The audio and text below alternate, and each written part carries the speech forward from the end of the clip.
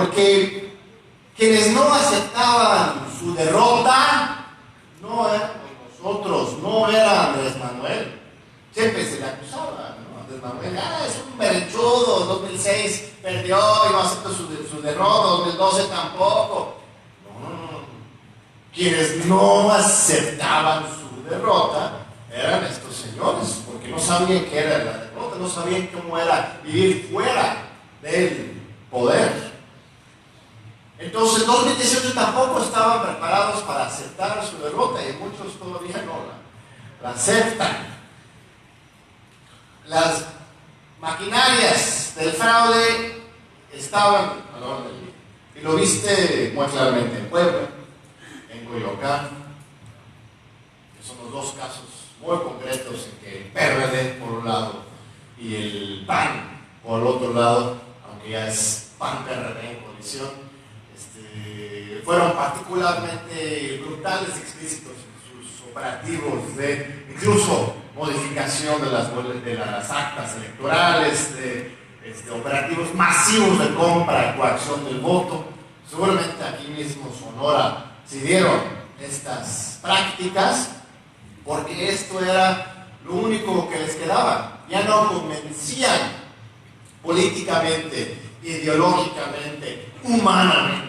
La única forma que tenían para tener votaciones es por medio del acarreo, la presión, el chantaje. Es la mercantilización del voto absoluto, es la neoliberalización absoluta del sistema político en que el dinero se compra y se venden los votos. La gente dice que eso es del pasado, de los priistas dinosaurios. No, esto es lo actual, porque es precisamente lo actual es que el dinero es lo que manda por encima de todo. Por eso se compran y se venden los votos. Eso es el sistema que existe ya institucionalizada en los Estados Unidos. Del otro lado, ustedes conocen bien como país fronterizo, que también conozco bien como expatriota de hace muchos años. El sistema político en los Estados Unidos es uno de corrupción estructural.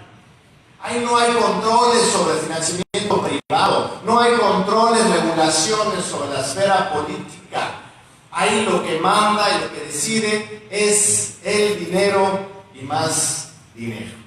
¿Por qué tenemos ahí del otro lado un magnate, constructor de edificios, neofascista, antimexicano, en la Casa Blanca, como resultado de su sistema político que fomenta y genera ese tipo de liderazgos? Trump no es un error histórico, es una consolidación, un proceso también histórico en ese país muy lamentable. Recibió 60 millones de votos el señor. No fue así simplemente una coincidencia. Sí es cierto que no es lo único que está allá. Hay mucha gente muy digna, muy decente, que apoyan, mexicanos, colegas, compatriotas mexicanos y otros que apoyan la justicia y a México en los valores humanitarios.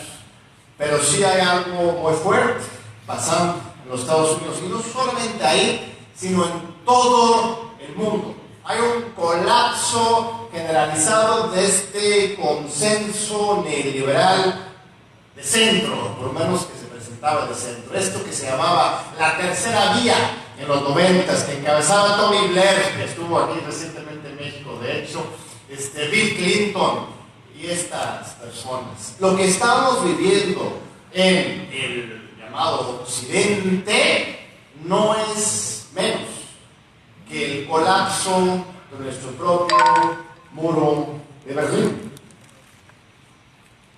Hace unos 30 años se colapsó el muro de Berlín. Muchas personas decían que ya se había acabado incluso la historia. Hay un teórico que se llama Francis Fukuyama que habla del fin de la historia, que las grandes luchas por la justicia, como el comunismo real ya no existía, ya se habían abierto las puertas simbólicamente con la caída del muro de Berlín, ya el capitalismo era lo que iba a dominar el mundo, y con eso una idea muy específica del liberalismo y de la democracia. Ese sistema comunista se había cerrado en la burocracia y había generado su propia desigualdad, injusticia, autoritarismo.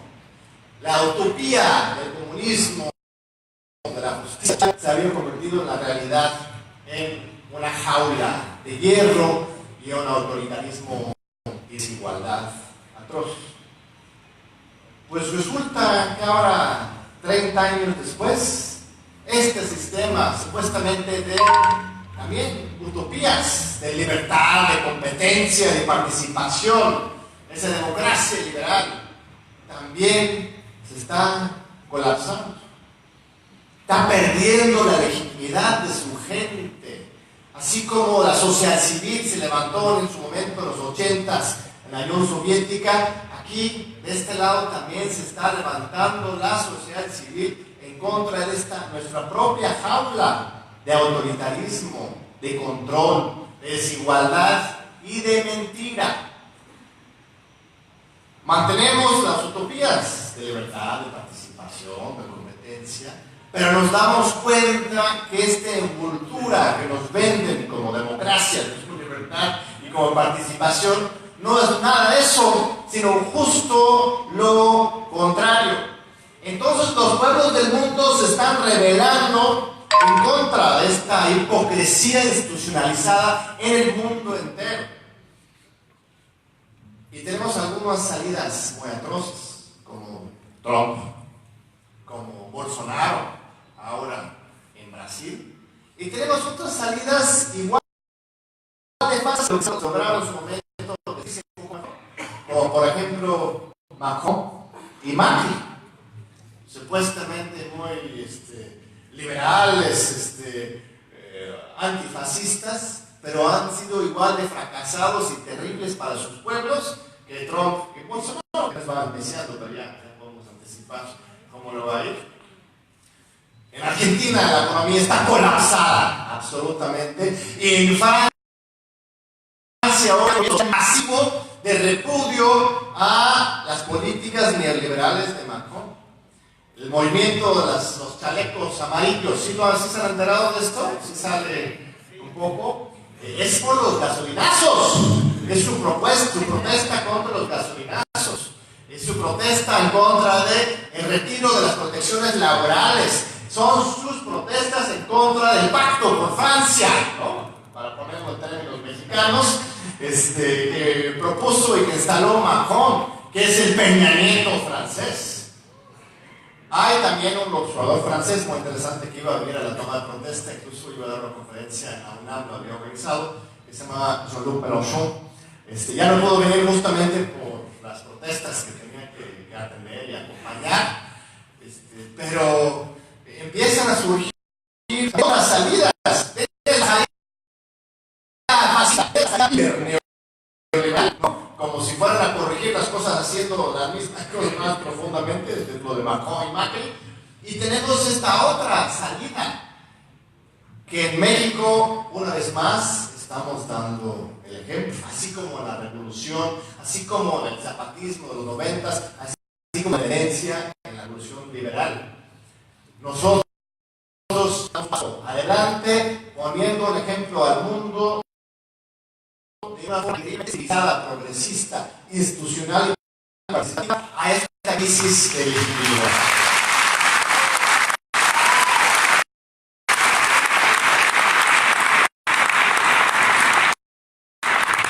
Andrés Manuel lo han querido calificar como el Chávez o el Trump, no sé cómo que sea simultáneamente Chávez y Trump, ¿verdad? Ridícula.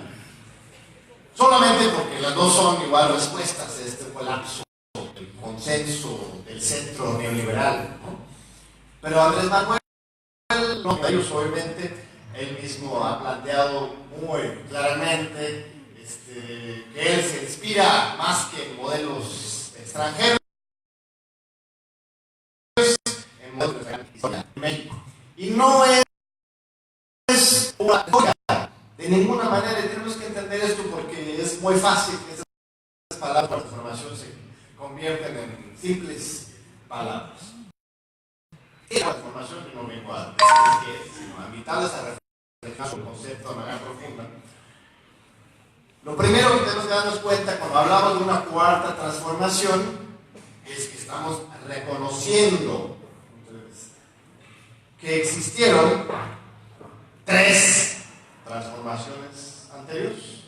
Más allá de cómo termine esta aventura que estamos iniciando, el punto de partida es que tuvimos 3 transformaciones anteriores para poder hablar de una cuarta. Y esto no lo tiene cualquier país. Yo creo que esto es el primer punto. Podemos hacer una comparación, por ejemplo, muy rápida, muy superficial, si quieres, entre nuestra historia política de México y la historia política de los Estados Unidos, que queda acá. Muestra que ¿cuántas horas son de aquí a la frontera? 2 horas, 3 horas. Bueno, depende de qué tan rápido manejo. Para algunos igual media hora, ¿no?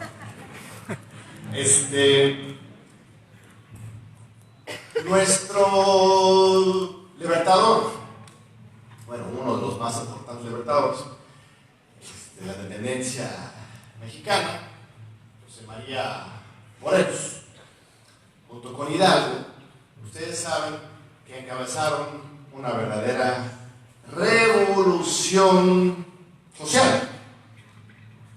Si bien al final los criollos también habían iniciado, participaron, hubo una guerra de muchos años, que realmente lograron derrotar al imperio y declarar la independencia plena de México, fue gracias a la movilización masiva, popular, animada, inspirada por Morelos Hidalgo. Esta movilización popular y social no lo tienen todos los países en sus procesos de independencia. No sé si ustedes lo saben, pero Brasil fue el hijo del emperador que se independizó de su padre. Luego vendrían otros procesos sociales, pero el inicio fue algo estrictamente popular. Mientras en México no llegamos al extremo de Haití, ¿no?, de la revolución de los esclavos que literalmente echaron al mar a los franceses. Aquí fue quizás un punto medio. Pero nuestra independencia sí fue revolución. En los Estados Unidos se hablan de su independencia como una revolución, porque no tienen otra revolución después. Nosotros ya después tuvimos nuestra revolución, entonces al contrario, aunque nuestra independencia revolucionaria, no nos referimos a ella como revolución. Nuestra independencia no fue revolucionaria y la refiere como una revolución porque es lo único que tiene. José María Morelos fue hijo de ascendencia africana, ustedes saben, tenía sangre negra. George Washington fue dueño de esclavos. Benito Juárez tuvo que pasar años a Santa Mata organizando su guerrilla, su fuerza de resistencia en contra del ejército francés. Abraham Lincoln liberó a los esclavos, extendió el norte, integró el país de acuerdo con principios no esclavistas, pero para hacer eso jamás tuvo que ir a esconderse o organizar una resistencia, sino que contaba Abraham Lincoln desde el primer día con toda la fuerza industrial y financiera de Nueva York del Norte.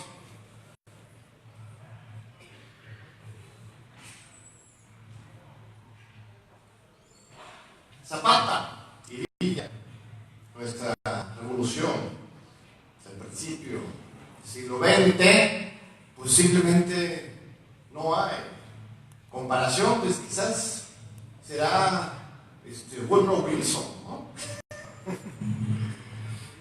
que reconocen como su gran presidente el que expande el poderío. O sea, sus conquistas de los Estados Unidos son de conquista de colonias, de control extranjero, mientras nuestras historias políticas son de resistencia y de transformación desde abajo, una verdadera tradición revolucionaria y participativa.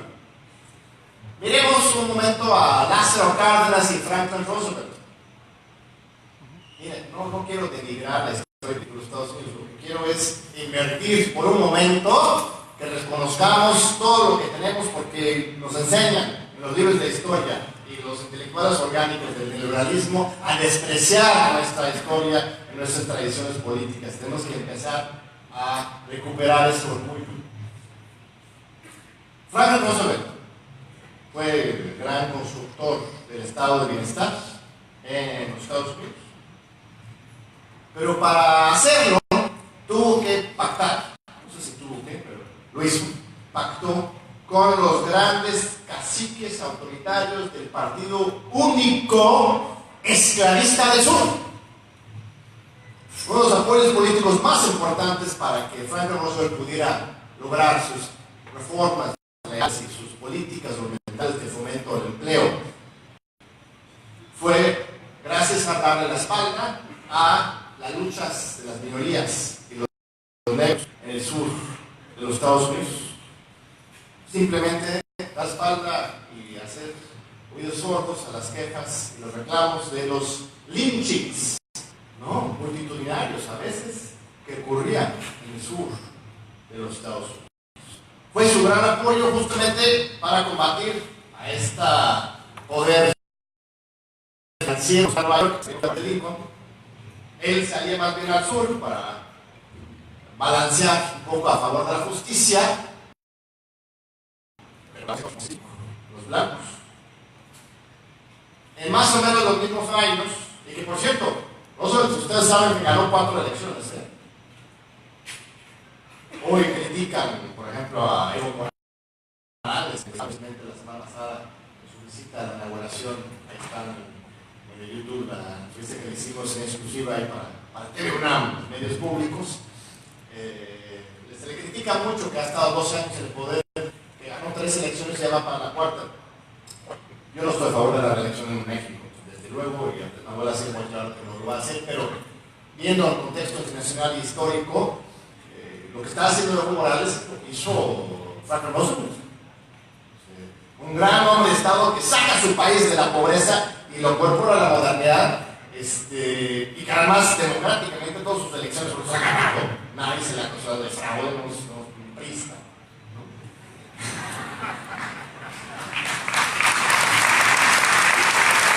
Angela Merkel también tiene 2 años en el poder. Pero entonces Roosevelt hizo todo esto, fue un gran constructor de los Estados Unidos y sí incorporó principios sociales muy importantes. El Estado estadounidense se le debe todavía hasta hoy muchas conquistas con el seguro social. El welfare state que todavía queda en los Estados Unidos es gracias a Roosevelt. Sin embargo, nosotros en los mismos tiempos tuvimos a otro hombre que algunas veces la gente lo ve como lo mismo, pero en realidad fue mucho más radical y profundo las transformaciones que implementó con Lázaro Cárdenas. Lázaro Cárdenas tampoco, así como no era un Roosevelt, aunque compartía un momento histórico más o menos, tampoco era un populista.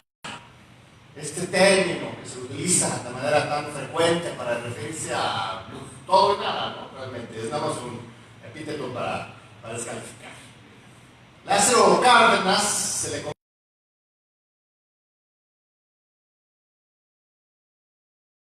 compara con Perón, con sus países, pero Lázaro Cárdenas es mucho más democrático que ellos y mucho más radical que Roosevelt. Ya conocemos ustedes bien todas las cifras de lo que logró Lázaro Cárdenas en términos de repartir la mitad de la tierra fértil de este país, de expropiar el petróleo, de defender a los campesinos, a los trabajadores y a la soberanía nacional. Y siempre desde un enfoque profundamente democrático. Es muy importante revisitar ese sexenio legado de Lázaro Cárdenas, porque nos tienen 30 años enseñándonos que tenemos que avergonzarnos de ese sexenio, que ahí es donde nació el autoritarismo, ahí es donde nació el control político, el corporativismo, el clientelismo y el estatismo y el realismo y el populismo y todas esas palabras que utilizan Krause y los demás, ¿no? No. Lo que hizo en estrictamente institucional, dejando de lado proyectos sociales que ahí sí todos reconocen, estrictamente institucionalmente lo que logra Lázaro Cárdenas es recuperar el poder de las instituciones públicas. Plutarco Elías Calles, ¿lo conocerán? Supongo que hay algunas estatuas por aquí y por allá, ¿no? Eso a su honor. Plutarco Elías Calles, el PRI siempre decía que era el constructor del Estado moderno mexicano. Nunca he entrado, pero ustedes quizás habrán entrado. Cuando entra a la sede nacional del PRI, hay una enorme estatua de Calles. Los priistas siempre nos han dicho que el gran discurso en su último informe presidencial de Calles, ya muerto, Obregón, asesinado, fue el momento de superación de la revolución y de caminar por el sendero de la institucionalidad en este país. En 1929, él crea el Partido Nacional Revolucionario y habla de la institucionalidad, ¿no? Que vamos a pasar de una etapa de peleas regionales a institucionalizar la revolución. Lo importante de su anuncio, este septiembre del 28, es que él no va a mantenerse como presidente, aun con el asesinato de su Obregón. Él va a retirarse del poder y más bien dedicarse a construir un nuevo partido, que es el propulsor del PRM y del PRI. Ellos mismo, la institucionalidad, la unidad, la sociedad. Ellos son a los que debemos esta solidez del Estado mexicano. Y que luego venía Cárdenas, algunos sí lo reconocen, otros los neoliberales no, a cambiar algunas cosas. Pero al final de cuentas es Calles a que le debemos ya, ¿no?, legado a los sonorenses este trabajo priista.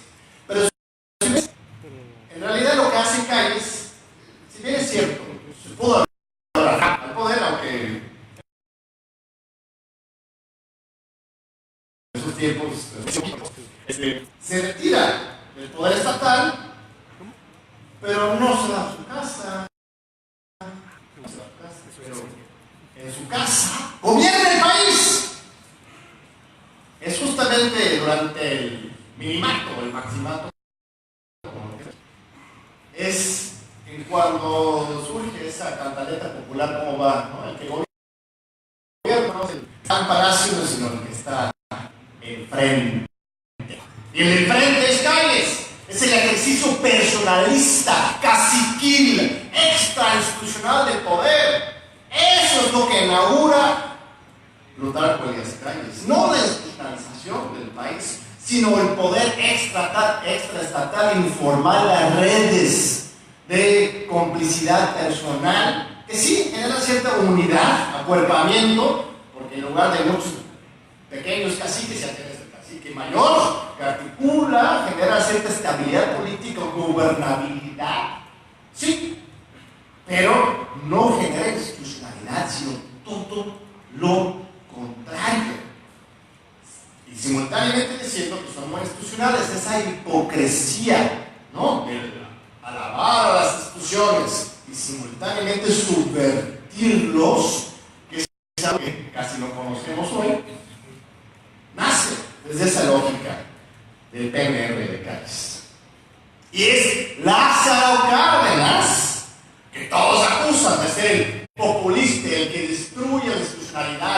que personifica el poder, que es el gran cacique, él es el que recupera el poder para la oficina de la presidencia de la República.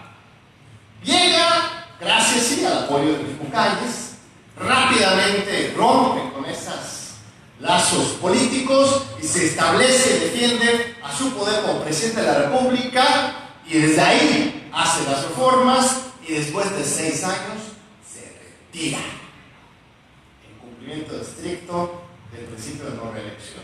Es gracias a esa institucionalidad democrática que tenemos la estabilidad de los últimos 80 años, relativa estabilidad autoritaria, represora, destructora de la economía, pero sí es cierto.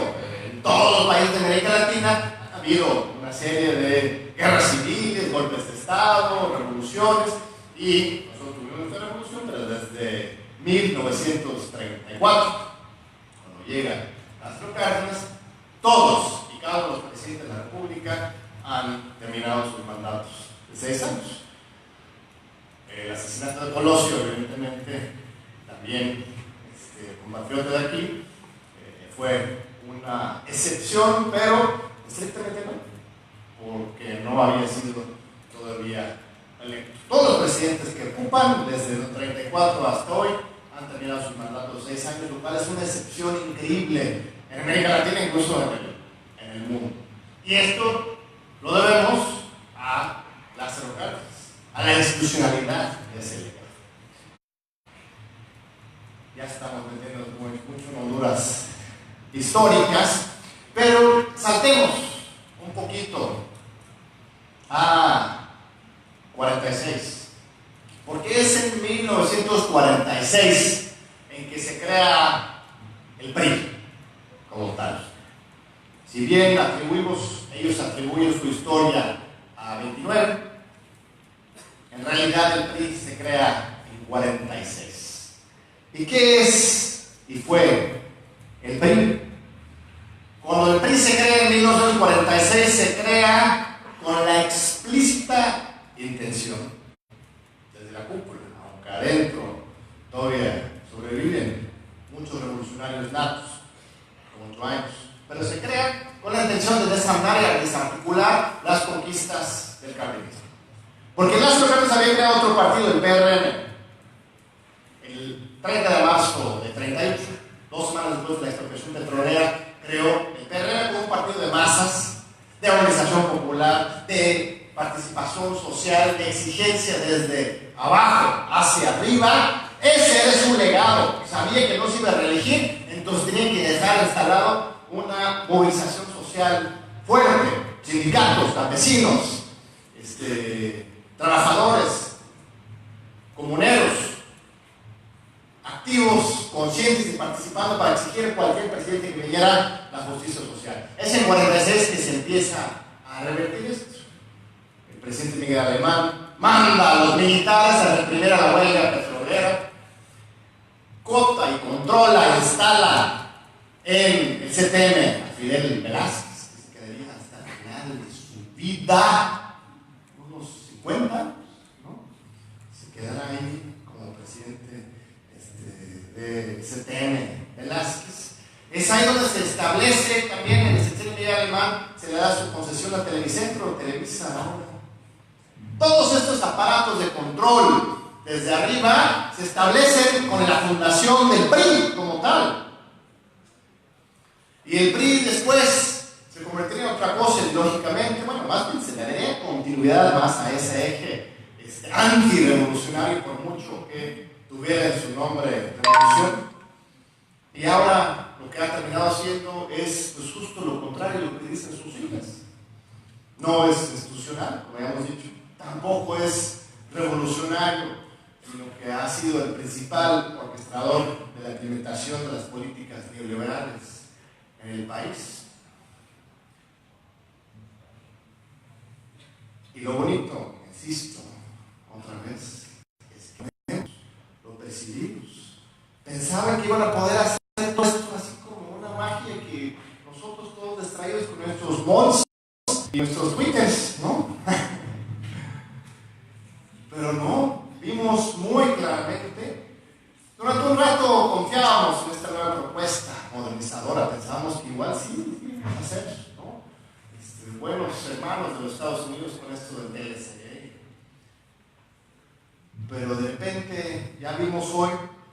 que esto no es el caso.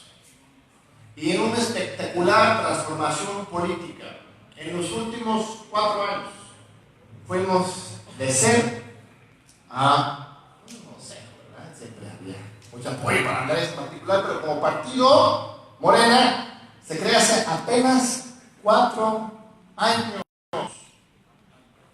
No hay ningún otro caso, yo creo que en la historia de México, del mundo quizás, por lo menos reciente, de la creación de un partido y que en 4 años llega a tener 53% de la votación.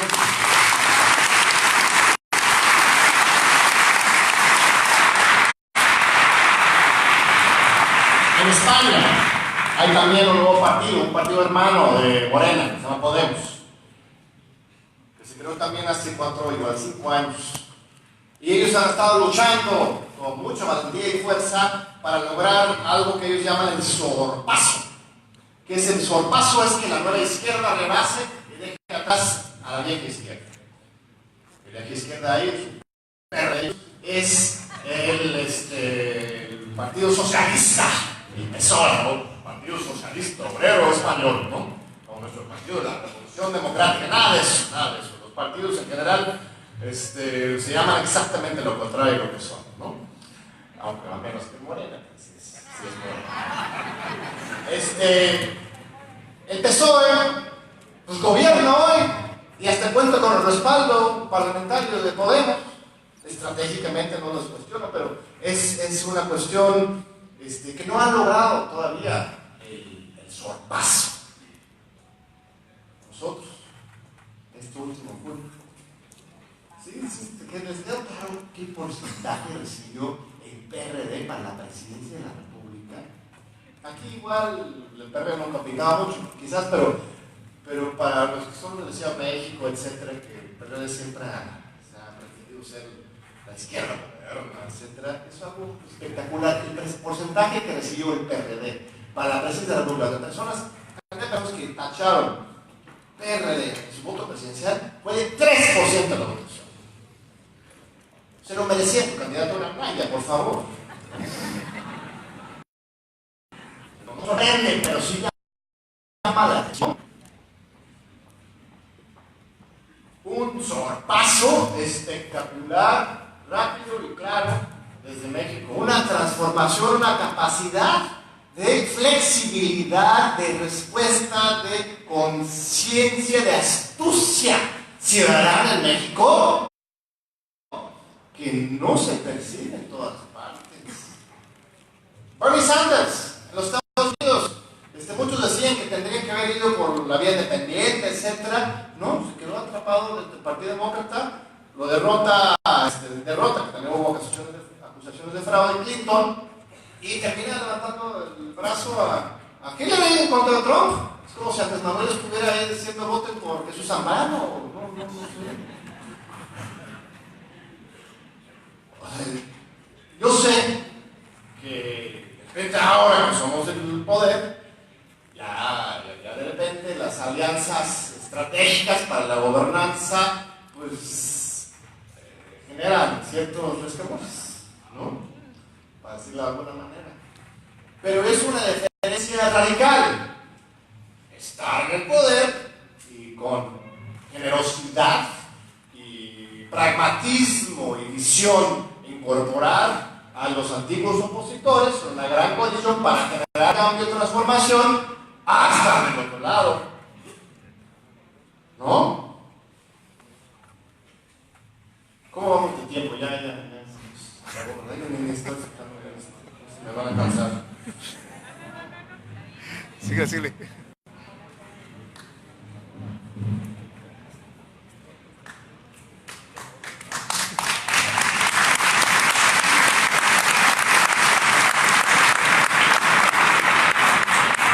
Ahora, ¿cuáles son algunas de las críticas más fuertes? Se dice que Morena ya es otro PRI, ¿no? Que en lugar de la cuarta transformación, ¿no? Sería una transformación de cuarta, ¿no? O que la cuarta transformación sería, pues eso, así como tuvimos PRN con Cáiz, PRM, con Cárdenas, el PRI, con Alemán hasta Peña Nieto, ahora Morena. Sería la cuarta transformación del viejo régimen de Estado. Y por otro lado, otras críticas de otro punto de vista, se habla de que Andrés Manuel debería dejar de gobernar desde la oposición, que tendría que ser muy responsable y no estar dividiendo al país, supuestamente. Son críticas, de hecho, muy simples y muy contradictorias. De cuentas, minar lo que podríamos llamar la increíble esperanza y unidad. Eso de la división, pues es falsa. Si hubiera hecho con 70% de la votación, ya nadie se va a ir. Pues se los inflaron mucho a la campaña por dinero, etc. Y por mucho que la transición ha sido de terciopelo en algunas cosas críticas, pues normal, pues, ¿no? Ha sido intensa la transición. Al final de cuentas, Andrés Manuel solamente ha crecido como líder político nacional. La unidad del pueblo mexicano con él es algo muy fuerte y muy claro. Que haya una oposición específica y clara, y sana, por supuesto, es real. Pero esto es, de eso es lo que se trata, la democracia.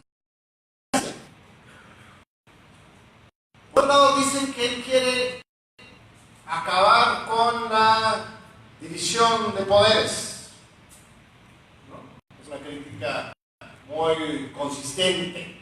Hubo un artículo reciente de Financial Times, ¿no? De Londres, para eso es crítico para los financieros, que decía, muy provocativamente, hablaba de que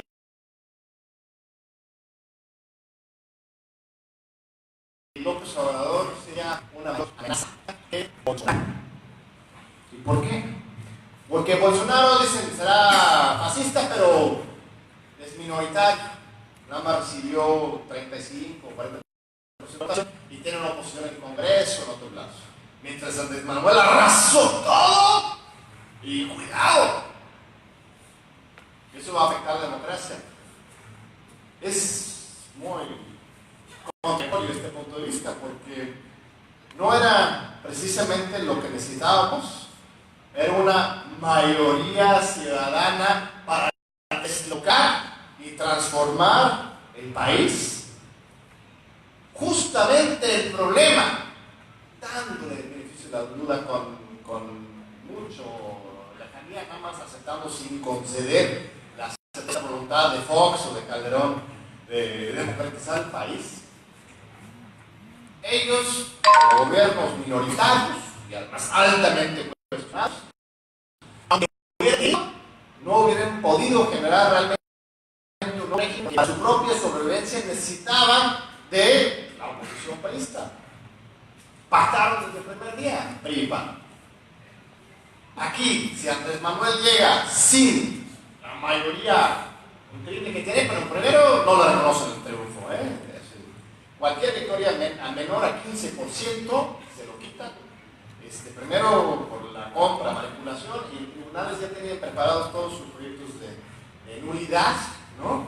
En contra de una victoria de Andrés Manuel, si es que no, pues, lo único que obligó a las instituciones electorales a reconocer su derrota al final de cuentas, autoritario frente a la democracia, fue los 30% de ventaja. Y entonces lo que permite hoy precisamente tener una expectativa para la democracia es precisamente elección tan mayoritaria y control sobre el poder legislativo y los legislativos locales, porque solamente así tenemos suficiente fuerza mayoritaria para deslocar y no tener que transigir con el viejo régimen. Así que las nuevas hegemonías son necesarias para la democracia. Y esto no afecta la división de poderes, es una cuestión absolutamente institucional. Lo que pasa es que la voz ciudadana fue tan clara y específica y generalizada que se generan las condiciones para una verdadera transformación sin tener que lidiar con los pactos y los integrantes de la vieja clase política corrupta. Entonces, la existencia de hegemonía política no es antidemocrática, sino todo lo contrario. Ahora, que exista un riesgo de que Morena se convierta en otro PRI, o otro PRD, o otro PAN, ¿qué? Pues existe. La historia nunca está predeterminada. Así como ya nadie pensábamos que iba a ser posible una victoria como esta. Nos habían enseñado que la derrota era lo nuestro desde la oposición. Y la historia da vueltas muy rápido. También, así como ahora estamos llenos de esperanza, de transformación, se nos puede ir de las manos si no participamos y nos activamos todos los días en nuestra vida cotidiana, nuestra vida social, política, pública, en todos los ámbitos de la vida. Y de ahí viene la propuesta del último Congreso Nacional de Morena, en agosto. ¿Quiénes estuvieron ahí? Consejeros, poquitos. Bueno. En agosto se tomó una decisión histórica, me parece muy importante, que fue modificar los estatutos de Morena para crear un nuevo instituto de formación política que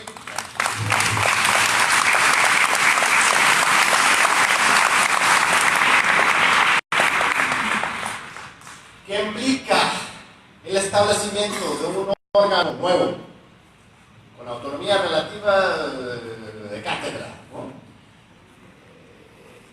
Y a que se le dedicaría la mitad de los recursos del partido para generar un proceso de debate, de reflexión, de formación, de renovación del mismo partido en el poder. Este instituto lo dirige Rafael Barajas, el Fisgón, si lo conocen todos. Él es de nuestros grandes teóricos en sus caricaturas, y también es un gran historiador, un hombre muy culto.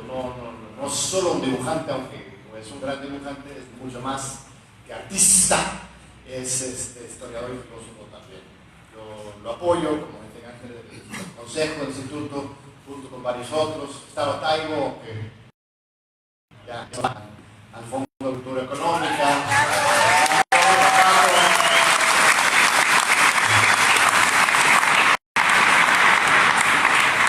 Está Blanca Salces, Pedro Miguel y muchos otros. No existimos formalmente. A partir de 19 vamos a empezar a existir formalmente. Pero la idea justamente es hacer algo que pues yo creo que no se ha hecho jamás en ningún partido político en la historia de México o en el mundo, quizás. Hay muchos partidos que le han dado prioridad a la formación política, que hay sus centros de formación. Pero eso de explícitamente plantear a mi partido, más allá de los pesos y centavos que yo voy a cobrar, más es puro negativo, evidentemente.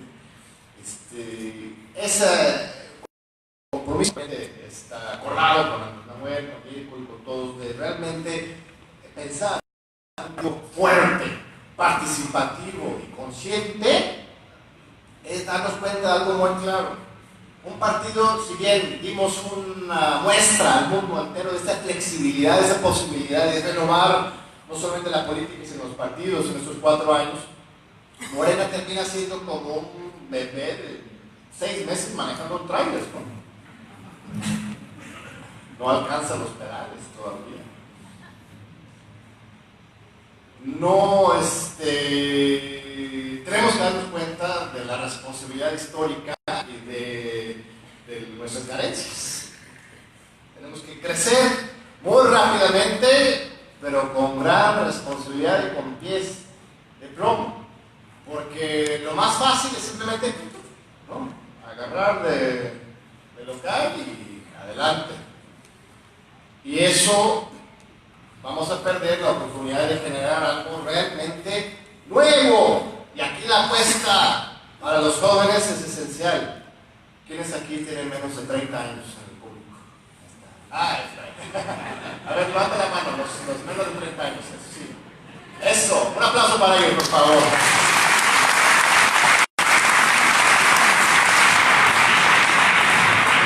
Porque realmente no es para poner todo el peso en la historia en sus espaldas, pero si Morena va a hacer algo diferente y nuevo, va a tener que dar un lugar central y participativo a estas nuevas generaciones, porque ellos son los que dieron la dinamita, la esperanza y la fuerza para derrotar este monstruo autoritario como el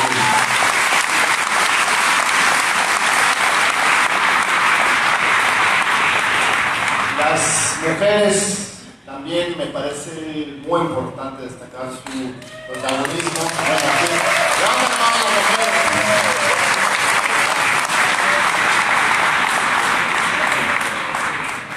La verdad es que es la primera experiencia paritaria.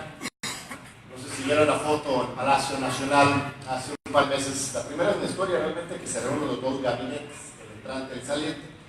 Del lado de Peña Nieto, ahí estaba Arely Gómez, de Rosario Robles, escondidos, la habían, ni siquiera salían a la foto, los militares y todos los hombres de Estado. Y del lado de Andrés Manuel era muy clara la diferencia de la cuestión paritaria. El Congreso de la Unión también ya es paritario por ley, incluso México es el tercer Congreso en el mundo con la mayor cantidad de mujeres. En los Estados Unidos ni se diga, en el Senado hay como 25 de los 100 son mujeres, el Congreso también nos estamos un paso adelante en ese tema, de manera muy clara. La participación de los pueblos indígenas también ha sido muy fuerte en Morena. Ha habido cuestionamientos y debates, con un aplauso también para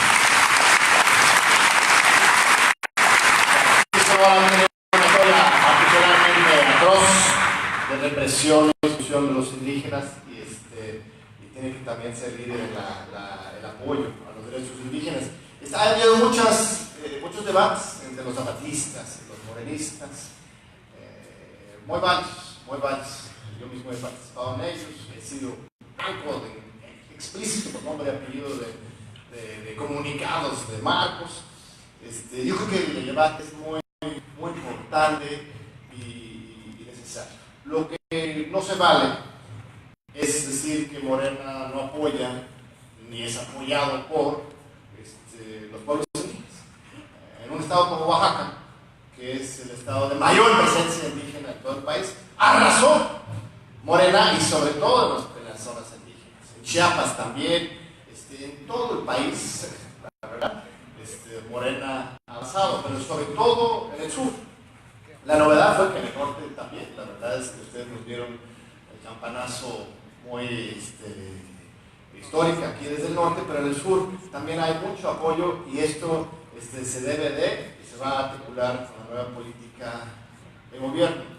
Pero sobre todo esto de la articulación del gobierno con la sociedad tiene que ser el eje central tanto para el partido como para el gobierno. Porque ¿qué es lo que pervirtió al país? Por un lado, el neoliberalismo, la traición de los revolucionarios, de nuestra constitución, que todos están ahí. Pero por otro lado, todo el tema de la manipulación social, el charrismo, el corporativismo, el clientelismo, la compra del voto. Una falta de respeto desde el gobierno y desde el partido hacia el ciudadano. Entonces, es ahí donde tenemos que trabajar desde el partido, desde el gobierno, también los que estén en el gobierno, para revertir esa ecuación, empezar desde el ciudadano, desde la dignidad humana, a construir esta cuarta transformación. Y pues les invito muy específicamente, ahora tomamos preguntas, discusión, no sé si haya tiempo todavía, pero no, para terminar con esta nota que desde el Instituto de Formación Política, que empezará sus acciones formales en enero de 2019, ya muy pronto, lo que le estamos pidiendo a todos los estados es que se vayan construyendo una red de círculos de estudio, ¿sí? En que en cada municipio, en cada comunidad incluso, se generan pequeños núcleos que pueden estar simultáneos con la construcción de los comités, ¿no? Yo sé que hay dos, hay que distinguir. Una cosa es la estructura partidista política que dirige a Ridículo, y la otra es la parte más pedagógica de formación que dirige a Rafael Barajas, en apoyo, evidentemente, al partido. No son dos sectas, sino que trabajamos juntos absolutamente. Pero esa parte de la formación política hay que empezar a trabajar esto. Ya tenemos materiales para empezar a trabajar. La idea es que lo hagan ustedes mismos desde sus comunidades, que vayan generando, así como el maestro Armando, ¿no? Moreno, ya tiene su programa de todos los jueves aquí en Hermosillo. Lo ideal sería que también todos los jueves se reúnan en todas las otras ciudades, incluso en todas las comunidades locales, con las escuelas, las universidades, pero que se genera un proceso constante, semanalmente, no tiene que ser los jueves, de reflexión, de análisis, de debate, de construcción de esta nueva república y de esta nueva conciencia ciudadana, porque por muchas conferencias que vengan a escuchar, no sirve de nada si uno no se va y realmente empieza a replicar y trabajar eso cada uno desde sus propias vidas. Así que no sé si vas a tener alguna lista especial para los que quieran incorporarse en este proceso, o ya tienes ahí la lista, pero Armando igual les podrá dar alguna orientación para quienes quieran sumarse específicamente a ese proyecto. Lo importante aquí también es señalar, pues ahí lo tienen claro, que esto no busca ser botín ni objeto de rencillas políticas negrillas. Evidentemente la idea es justo lo contrario, que la formación política eleve el nivel, genera un espacio para evitar, superar, incluso resolver conflictos en otros ámbitos, para fortalecer el partido como tal, como un cuerpo unido y colaborativo. Bueno, creo que he hablado suficiente. Les tomo algunas preguntas, expresiones, y les agradezco muchísimo su generosa atención.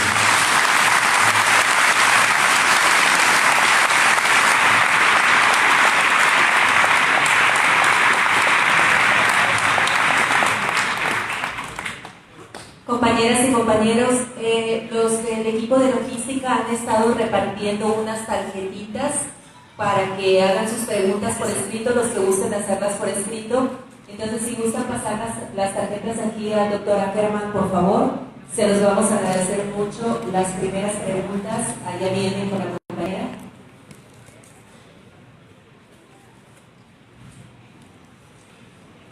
Si gustan pasar con las primeras preguntas y luego pasamos a las demás.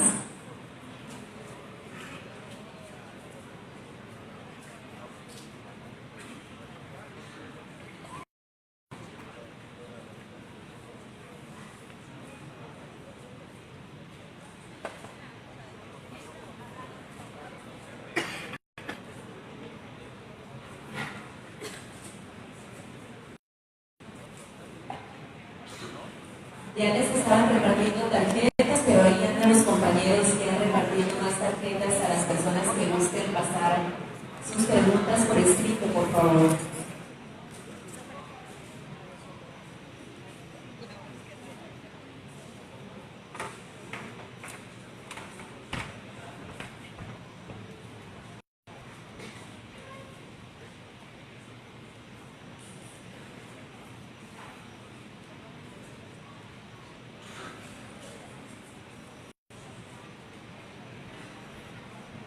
Compañeros compañeros, los que estén interesados en colaborar en sus municipios, en los círculos de estudio, se pueden inscribir allá mismo en las mesas de registro. Va a haber una lista, hay de hecho una lista para que por favor se anoten quienes quieran de una vez anotarse como colaboradores para los círculos de estudio que se van a integrar en los municipios. Le pasamos la voz al doctor Arma, que ya tiene las primeras preguntas. Los compañeros que todavía traen tarjetas allá pueden pasar las preguntas conforme las vayan recabando, por favor. Muchas gracias. Pasamos la voz al doctor Arma.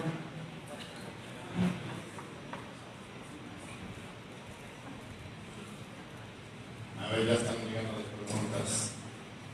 Una buena. ¿Cuál es la diferencia entre la formación y el adoctrinamiento? Es buena pregunta.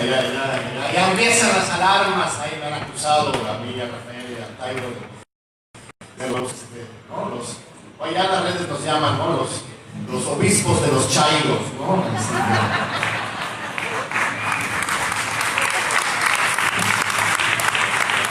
Doctrinamiento. ¿Qué es el doctrinamiento? Pues es el dogmatismo, es la estrechez de miras, es limitar el pensamiento, es presionar a la gente para que solamente piensen de una y no de otra forma. Eso es lo que hemos vivido en los últimos 30 años, señores. El endoctrinamiento neoliberal, el de otro mundo no es posible, ¿no? ¿Qué decía Margaret Thatcher? ¿No? There's only one way. ¿No? There is no alternative. No hay otra alternativa. No imaginen, no sueñen, no tengan utopías, porque esta es la vía. Eso se llama indoctrinamiento. Precisamente lo que se busca hoy es romper con esa jaula de pensamiento para que florezcan las utopías y los pensamientos. ¿Tú crees que aunque quisiéramos el fiscón Tairo y Ackerman, ¿no? Obligarles a pensar de una u otra manera, ¿se dejarían ustedes? No, precisamente lo que estamos viviendo, que se vivió el 1 de junio, es ese rechazo al pensamiento único. Entonces, por supuesto que estas escuelas de formación tienen que ver con abrir espacios para la crítica y el debate. Justamente lo hemos tenido de tantos años de encasillamiento y de limitación del debate. Por cierto, las redes tienen un efecto muy perverso, porque las redes, por un lado, también nos liberan, justamente nos permiten tener una visión más descentralizada, plural de las cosas, puedes informarte de aquí y allá, pero también a veces se dificulta el debate serio en esos espacios, ¿no?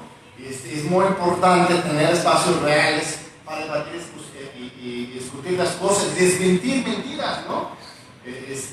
Una de las formas en que Bolsonaro logró imponerse en Brasil y que se enseñó aquí también fue por medio de las noticias falsas, y en particular los WhatsApps. En Brasil se financiaron, así como aquí se financiaron millones de llamadas. ¿Quién aquí recibió una llamada antes de la campaña? Sí, la mayoría de los mexicanos, millones de llamadas se hicieron para desinformar. En Brasil fue similar, pero fue por medio de WhatsApp. Hoy mismo también es increíble cómo se puede correr un chisme o una noticia o una información falsa. Entonces, hace falta acuerpar, debatir y discutir. Eso se trata de este tipo de formación. Por supuesto que vamos a dar lecturas, vamos a dar clases, pues por supuesto, pero no con la idea de que reciban y reproduzcan las enseñanzas del maestro, sino para que debatamos y discutimos el tema. Híjole, no, ya me llegaron. ¿Cómo se incluirá la formación política a las instituciones educativas? Sí, yo creo que aquí dice, como profesor de secundaria, veo día a día el análisis político de los alumnos. Sí, yo creo que las instituciones educativas tienen que ser sitios muy importantes. Evidentemente, por un lado, desde la misma Secretaría de Educación Pública, se tiene que también invitar a los estudiantes a debatir y discutir como Morena como tal, pues no sería correcta que entrara el partido ahí, pero desde luego, si hay un profesor que Morena quiere formarse en los cursos que ofrece Morena y eso le ayuda para su práctica docente, pues bienvenida. Aquí insisto, no es un doctrinamiento, sino justamente abrir las viejas discusiones y actuales y futuras discusiones sobre la democracia y la política. Son muchas preguntas aquí. Voy a agarrar así al vuelo los que aparecen acá. En las escuelas, ¿cómo incorporar una formación política a jóvenes universitarios, médicos, nutriólogos y otros más en las instituciones educativas? Muy buena pregunta relacionada a la anterior. ¿Cómo garantizar el proceso de la cuarta transformación sin la figura de nuestro máximo líder, AMLO? Pero ¿cómo que sin él? Pues ahí está, va a estar. No sé si está hablando de la asociación, ¿no? En 6 años vendrá, que ya le ha dicho que no va a reelegirse. Yo creo que eso es un gran tema. Tenemos casos mexicanos e internacionales muy importantes que deberían prender las alertas. Uno es Brasil mismo, ¿no? Después de muchos años de gobierno progresista de izquierda, Lula de da Silva, mira dónde está Lula ahora, en la cárcel, y mire que es el presidente Bolsonaro. Tenemos que prevenir y evitar que esto ocurra. En México, en cierto sentido, pues vamos al revés nosotros. Quisieron meter a Manuel en la cárcel, ¿se acuerdan? Casi no, ¿verdad? Hace unos 13 años para el desafuero. Y nosotros derrotamos este intento de utilización política de la justicia y hoy justamente estamos usando hace 13 años. Entonces, está un poco invertido, pero por supuesto que hay que cuidar mucho ese tema, porque no lo mencioné en la conferencia, sí tenemos aquí a nuestro Bolsonaro, a nuestro Trump, y fue candidato en 2018, se llama Jaime Rodríguez Calderón.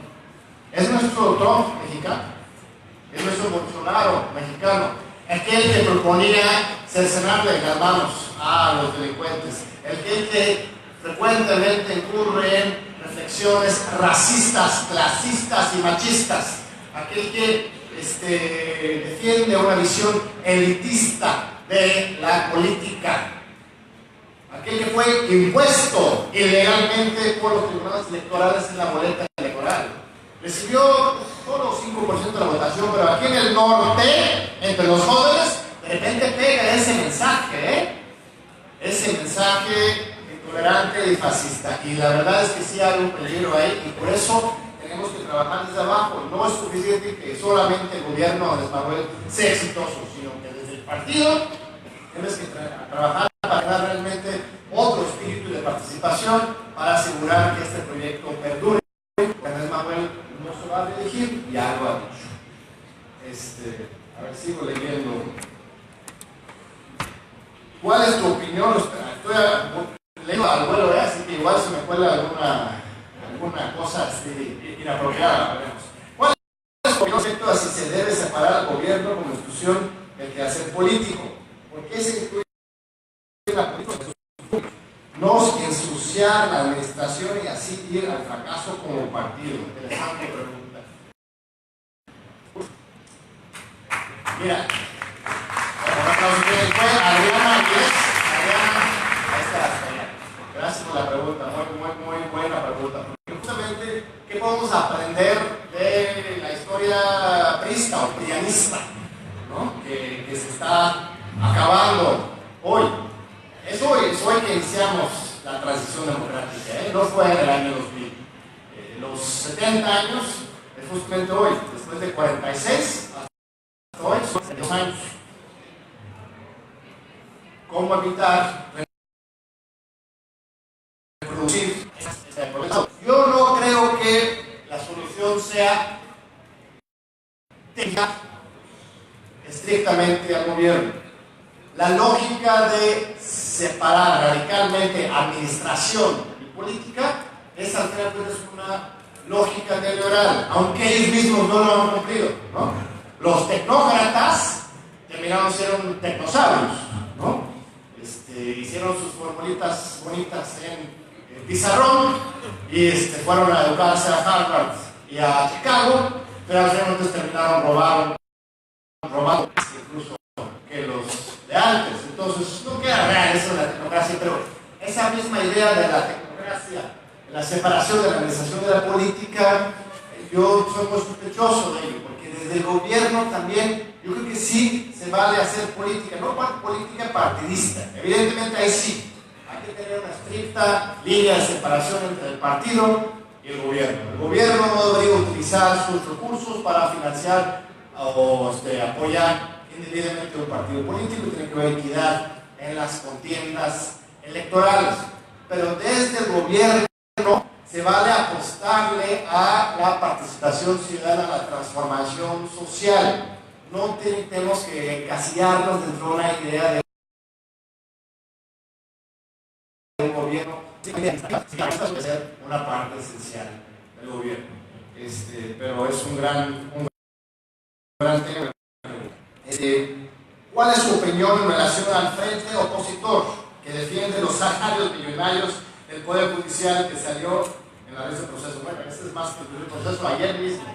Ya la Suprema Corte de Justicia, no la Suprema Corte de Justicia, un ministro de la Suprema Corte de Justicia, Alberto Pérez Dayán, tenía una suspensión. Esto no es común, una suspensión de una ley aprobada por el Congreso de la Unión, las dos cámaras, la ley de salarios máximos. Un solo ministro de la Suprema Corte ha decidido que esto no se debe aplicar en la presentación o la aprobación del presupuesto que es mañana, el 15 de diciembre, se presenta. Y dicen que Andrés Manuel es el autoritario.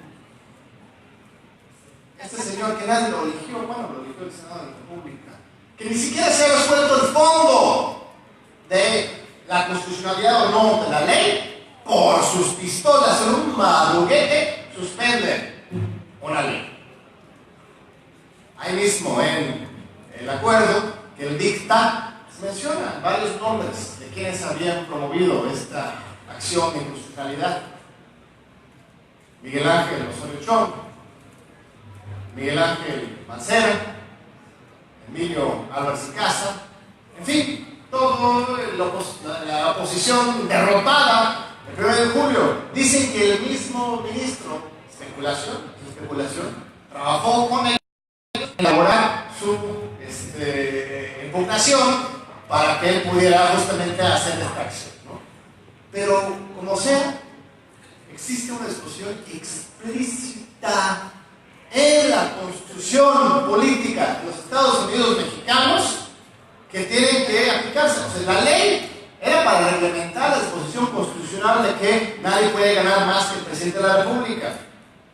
Y aún así, con esta suspensión de un juez, de un ministro de la Corte, el Poder Federal y el Congreso de la Unión deberían, si quieren, pueden, si quieren, todavía avanzar con este principio constitucional de que el presidente gane lo que le dicte el presupuesto y que todos los servidores públicos del país ganen menos el presidente.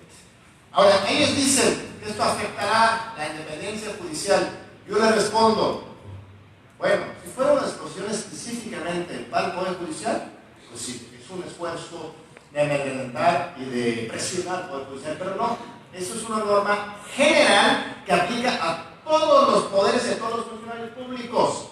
Si tú como Poder Judicial te extraes de esta ley general, dices que para el Poder Judicial esto no aplica, lo que estás generando es un régimen especial de excepción, incluso por arriba de la Constitución misma, que eso sí es peligroso, eso sí es salirse del pacto constitucional y legal. Entonces, es muy peligroso lo que ellos, las señales que están mandando al Poder Judicial, de más allá del frente opositor de los partidos, que es legítimo, y se celebra que haya una oposición fuerte que impugne. Eso no preocupa. Lo que preocupa es la utilización política del Poder Judicial para frenar los proyectos de un gobierno democrático. Veremos qué ocurre. En principio, esta suspensión no debería afectar mayormente el presupuesto y los planes de la autoridad republicana, porque tiene la protección de la misma Constitución. Eso es lo maravilloso, colegas, amigos. Nuestra Constitución, bueno, esta es una exposición reciente, pero en general, nuestra Constitución sigue siendo en su esencia la del 17. El artículo 123 de la Constitución dice que todos y cada uno de nosotros tienen derecho a un trabajo digno y socialmente útil. ¿Conocen a alguien aquí que esté desempleado? O que tenga un trabajo, pero que ese trabajo no sea muy digno. Pues estas son violaciones al pacto federal, a la Constitución de este país. Así como la Constitución dice que no se puede detener arbitrariamente a una persona o se tiene que garantizar la libertad de expresión, nuestra Constitución también garantiza el derecho al trabajo. Entonces, tenemos de nuestro lado la Constitución. Esta la autoridad también está ahí. Y eso es algo muy bonito, porque en otros lados no es el caso. En los Estados Unidos, por ejemplo, para hacer la comparación de nuevo, su Constitución es verdad diseñada absolutamente en el interés del más poderoso, del más rico. En México, aún después de 30 años de reformas neoliberales, todavía el sustrato básico de nuestra Constitución fue escrita, aunque no estuvo ahí presente su redacción, por la sangre de Emiliano Zapata y Pancho Villa. Ya se nos acaba el tiempo, ¿verdad?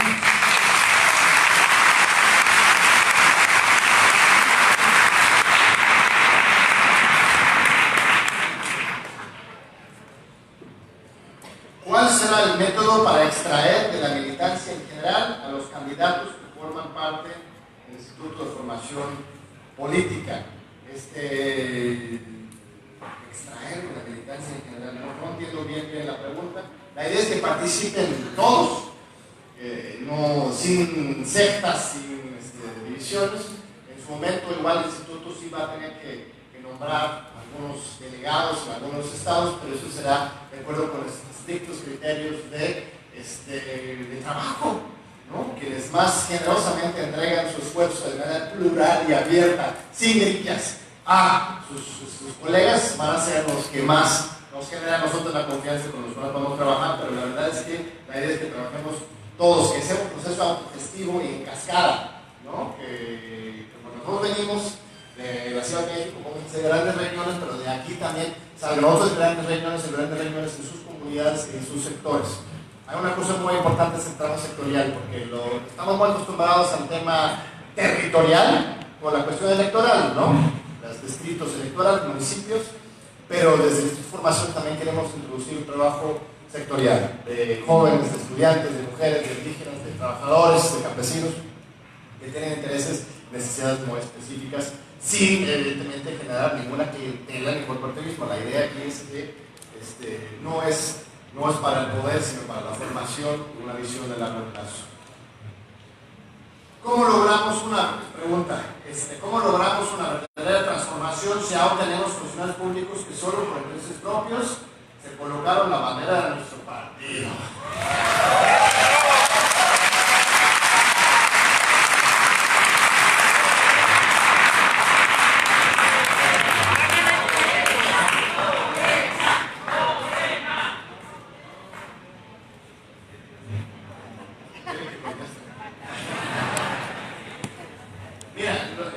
Hay muchas formas de ver este tema de los chapulines.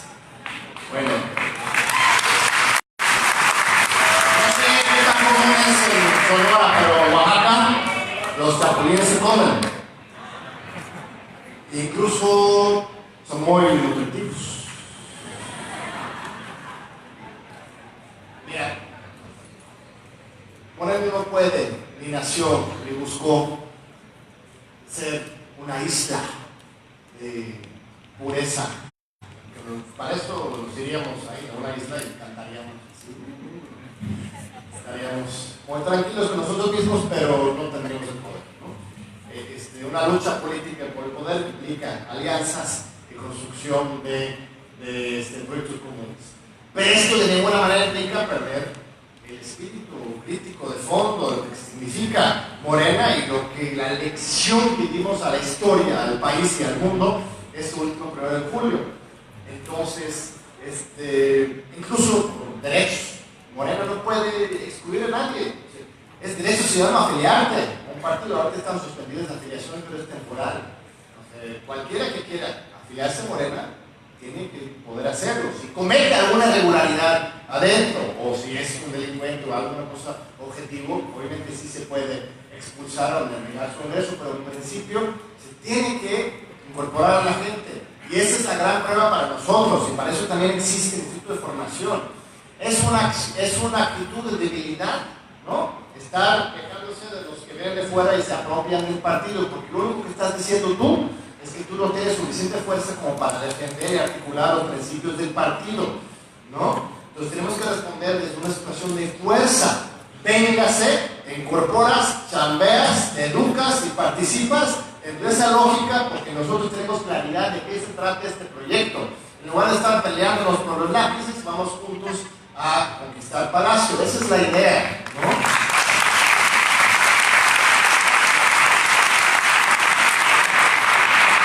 Por supuesto que hay una lucha de lógica y una necesidad de defender los principios y las